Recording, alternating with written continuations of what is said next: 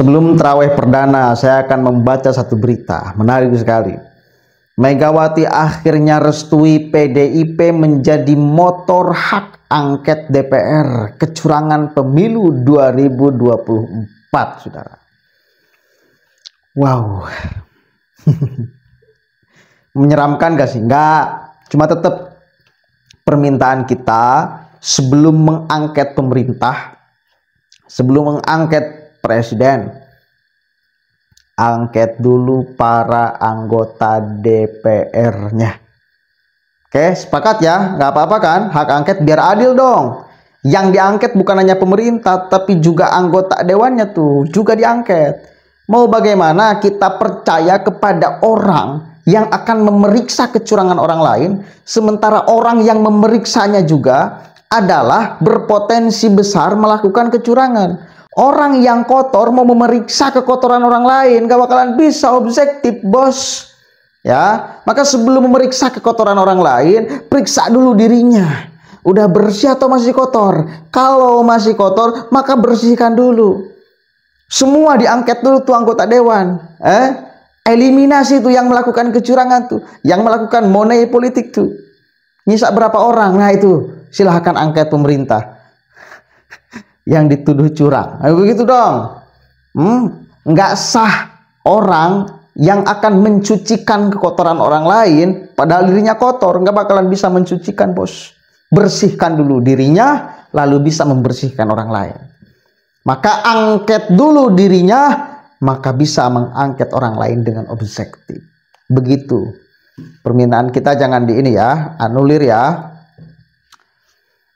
Kita coba baca nih dari Tempo. Megawati akhirnya restui PDIP menjadi motor hak angket DPR kecurangan pemilu 2024. Pakar hukum dan pegiat demokrasi menjadi tamu Megawati Soekarno Putri pada Jumat sore 8 Maret 2024 di rumah Ketua Umum PDIP itu, Jalan Teguh Umar, Jakarta Pusat. Mereka menyampaikan dukungan agar Megawati ikut mengawal hak angket kecurangan pemilu atau pemilihan umum 2024.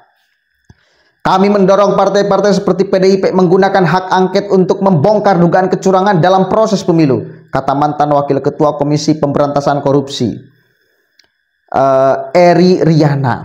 Kemudian, kecurangan pemilu yang dimaksud Eri ditengarai terjadi sejak putusan Mahkamah Konstitusi yang membuka jalan bagi Gibran Rakabuming Raka menjadi calon wakil presiden Prabowo Subianto. Pun kecurangan diduga terjadi saat dan setelah hari pencoblosan 14 Februari 2024. Dalam pertemuan tertutup selama 1,5 jam itu, Megawati mendengarkan tetamunya berbicara satu persatu sambil menikmati es kopior dan onde-onde. Kelompok masyarakat sipil juga mengungkapkan harapan mereka agar Partai Banteng tak bergabung dengan pemerintah Prabowo Gibran yang diperkirakan memenangi pemilihan presiden atau Pilpres 2024. Ini agak panjang ya, coba kita baca seluruhnya biar tidak gagal paham. Saya akan cepat bacanya ya. 2 pekan sebelum pertemuan di Teguh Umar, kelompok sipil mengirim 10 kerangka bunga ke rumah Megawati. Dalam kerangka bunga itu tersemat pesan agar PDIP siap menjadi oposisi pemerintah baru. Maka juga mendorong PDIP menyelidiki dugaan kecurangan pemilu 2024 bersama partai lain. Kemudian, menurut 4 orang yang mengetahui isi pertemuan itu, Megawati memberi sinyal positif untuk menggunakan hak angket di Dewan Perwakilan Rakyat. Mereka yang hadir juga menilai PDI Perjuangan telah berancang-ancang menggulirkan hak angket. Para narasumber yang ditemui Tempo mengaku melihat kajian atau naskah akademis soal materi hak angket. Sekretaris Jenderal PDIP Hasto Kristianto mengatakan Megawati belakangan menggelar banyak pertemuan dengan tokoh nasional. Ibu Mega menerima tokoh-tokoh demokrasi. Pertemuan tertutup untuk menghadiri kebisingan yang tak perlu untuk menghindari ya, ujarnya kepada wartawan di Depok. Kemudian Megawati tak ujuk-ujuk merestui penggunaan hak angket setelah bertemu dengan tim pemenangan nasional TPN Ganjar Pranowo Mahfud MD pada 15 Februari 2024. Megawati mempertimbangkan penggunaan hak angket penyelidikan anggota dewan itu. Hari itu Megawati mendapat laporan bahwa kekalahan Ganjar Mahfud disebabkan oleh kecurangan pemilu yang terstruktur, sistematis dan masif. Kecurangan itu dari penggunaan aparatur negara, penyelewengan bantuan sosial, hingga intimidasi kepada kader PDIP. Megawati memerintahkan kader partai mengumpulkan berbagai bukti kecurangan, termasuk penggunaan lembaga negara untuk memenangkan Prabowo Gibran. Dalam pertemuan itu, Ganjar menyarankan DPR agar menggunakan hak angket. Kepada Tempo, di rumahnya di Jalan Tegalsari, Sleman, daerah Istimewa Yogyakarta, Ganjar membenarkan kabar bahwa Megawati langsung memberikan sejumlah instruksi kepada Hasto Kristianto. Mas Hasto langsung berkomunikasi dengan banyak pihak, ucap Ganjar. Namun saat itu Megawati masih belum menyetujui penggunaan hak angket. Menjelang akhir Februari 2024, Megawati tak meninggalkan rumah di Teguh Umar. Dua narasumber yang mengetahui aktivitas Megawati bercerita, Putri Proklamator Soekarno itu merenung sekitar 1 pekan sebelum mengambil keputusan.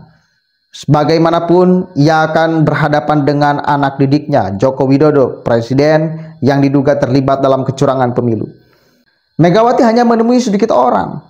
Kakaknya Guntur Soekarno Putra pun kesulitan menghubunginya lewat sambungan telepon. Kala itu Guntur sedang berupaya mempertemukan Megawati dengan Ketua Umum Partai Nasdem Surya Paloh untuk membicarakan rencana koalisi melawan kecurangan pemilu, termasuk kerjasama menggolkan rencana hak angket DPR. Oke, jadi itu masih panjang tapi poinnya udah ketangkap kan. Intinya Megawati dalam perenungan panjangnya selama sepekan, ini juga udah dibahas tuh oleh Refli Harun, sudah siap untuk menggulirkan hak angket. Ya, bagi saya sekali lagi sebagai masyarakat biasa yang tidak punya sama sekali kepentingan politik kekuasaan, selain daripada mendoakan orang yang kita coblos memang jadi presiden, tapi tidak ngoyo, kalau kalah ya kalah, kalau menang ya bersyukur gitu loh. Kita mah ya gak jadi masalah, satu kali lagi, mau diangket atau tidak, tetapi yang adil angketnya. Semua diangket.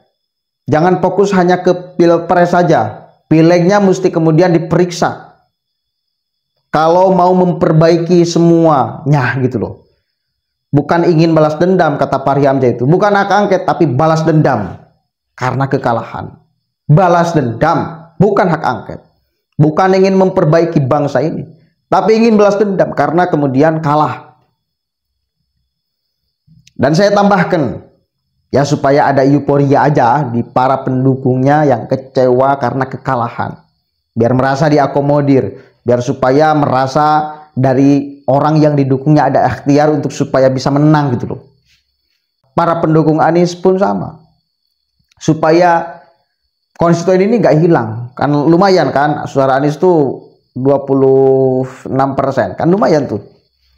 Bagaimana caranya supaya nih yang milih Anies nih nggak kabur nih, nggak meninggalkan Anies? Ya jalan satu-satunya cuma mengafirmasi setiap apa yang mereka inginkan. Ya salah satunya hak angket, ikhtiar, supaya tetap Anies bisa menang atau minimal masuk ke putaran kedua. Dan itu satu kali lagi bagi kita nggak jadi masalah. Silakan aja mau hak angket, tapi yang adil, semuanya harus diangket. Kita sepakat, kita akan nonton. Kita akan nonton. Ya, kita akan nonton. Gak ada soal sebetulnya. Kita bukan pengurus partai politik, bukan tim juga.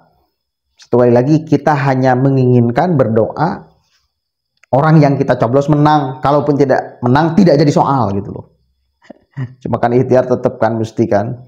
Berdoa kan tetap mesti kan. Ya itu dong. Tapi tetap bila kalian memaksakan, ya jangan solakan bila masyarakat juga ikut bergerak. Yang pendukung 02 ya menggagalkan atau menggugat dan lain sebagainya rencana kalian yang mengekspresikan kemarahan bukan untuk memperbaiki bangsa tetapi untuk balas dendam.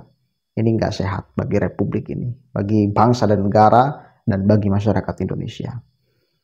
Assalamualaikum warahmatullahi wabarakatuh.